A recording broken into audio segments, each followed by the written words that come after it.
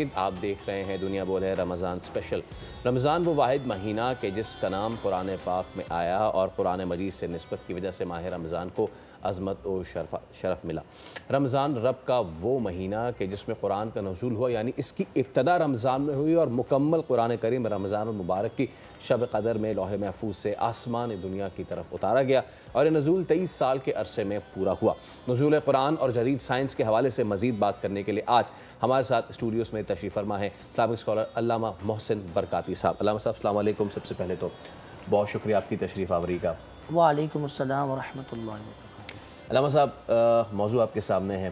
قرآن شریف فرقان حمید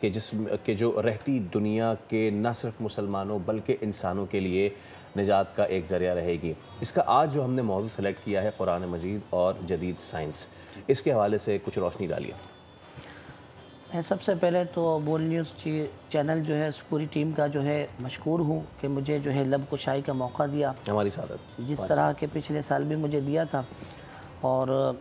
قرآن کریم کی دیکھیں عظمت کا اندازہ اس بات سے لگائیے کہ کسی بھی کتاب کی جو اہمیت ہوتی ہے اس کتاب کے مصنف سے ہوتی ہے کہ جس نے اس کو لکھا ہے تو اس کی علمی حیثیت کیا ہے، اس کا علمی مقام کیا ہے۔ اور قرآن کو جو نسبت ہے وہ کلام الہی ہے اور اس کا رائٹر اور اس کا مصنف جو ہے اللہ سبحانہ و تعالیٰ کی ذات ہے۔ اور جب اس کا مصنف جب خود اللہ ہے جس کے علم کی کوئی انتہا نہیں اور جس کی ہر چیز میں وہ مطلب جو ہے اللہ تبارک و تعالیٰ بے مثال ہے، تو اس کا کلام بھی بے مثال ہے۔ اور اسی وجہ سے عرب کے بڑے بڑے شعراء نے قرآن کی فصاحت اور بلاغت کو جب سنا تو پھر جو ہے وہ کہنے پر مجبور ہو گئے کہ ما ھذا کلام البشر، کہ یہ بشر کا کلام نہیں ہے بلکہ ھذا کلام اللہ، کہ یہ اللہ کا کلام ہے۔ یہ قرآن کا اعجاز ہے کہ جو اس کی حقانیت پر اور اس کی صداقت پر دلالت کرتا ہے۔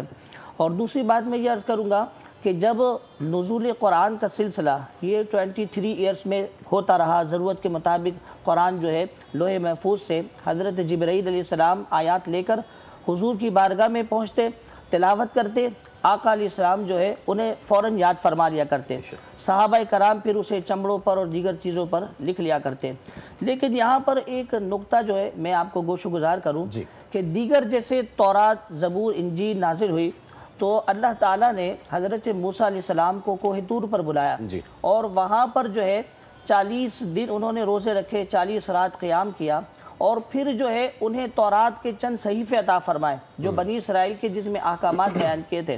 لیکن جب نزول قرآن کی باری آئی تو حضور علیہ السلام کو کسی مقام پر بلایا نہیں، بلکہ جو ہے حضور علیہ السلام اگر مکہ میں ہے تو نزول قرآن، حضور مدینہ میں ہے تو نزول قرآن، حضور غزوہ بدر میں ہے تو نزول قرآن، حضور غزوہ حنین میں تو نزول قرآن، حضور سفر میں ہے تو نزول قرآن، حضور جس جگہ بھی ہمارے لیے شفا ہے یہ قرآن۔ تو آپ اندازہ لگائیے کہ اس کی عظمت اور حقانیت پر کہ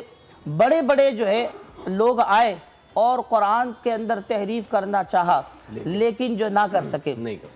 کیوں؟ اس لیے کہ اللہ تعالیٰ نے اس کی حفاظت کا ذمہ خود لیا کہ اِنَّا نَحْنُ نَزَّلْنَا الذِّكْرَ وَإِنَّا لَهُ لَحَافِظُونَ، کہ بے شک ہم نے قرآن کو جو ہے نازل کیا ہے اور ہم ہی اس کے محافظ ہیں۔ اور جب اللہ تعالیٰ محافظ ہے تو آپ یہ دیکھیے 1450 سال کا عرصہ گزر گیا لیکن آج بھی قرآن کے کوئی ایک ورڈ کو چینج نہیں کر سکا، اور تا قیامت کوئی نہیں کر سکتا، اور تا قیامت کوئی نہیں کر سکتا کیونکہ اس کا محافظ خود جو ہے اللہ ہے۔ جبکہ توریت اور زبور ان کا کیا ہوا کہ ان کے اندر تغیر و تبدل کر دیا، یہود و نصارہ نے احکامات تبدیل کر دیے، اب اپنے اصل جو ہے وہ کنڈیشن میں نسخوں میں وہ موجود نہیں ہے۔ آج کوئی بھی جو ہے یہ بائبل والے جو یہ دعویٰ نہیں کر سکتے کہ وہ اسی طرح من و ان محفوظ ہے لفظ بہ لفظ یا آیت بہ آیت، نہیں کر سکتے۔ اور قرآن میں اللہ تعالیٰ نے تمام احکامات بیان کر دیے جو ان تورات اور زبور اور انجیل میں تھے، تو لہٰذا قرآن جو ہے تا قیامت اس کے جو ہے قوانین اور احکامات جو ہے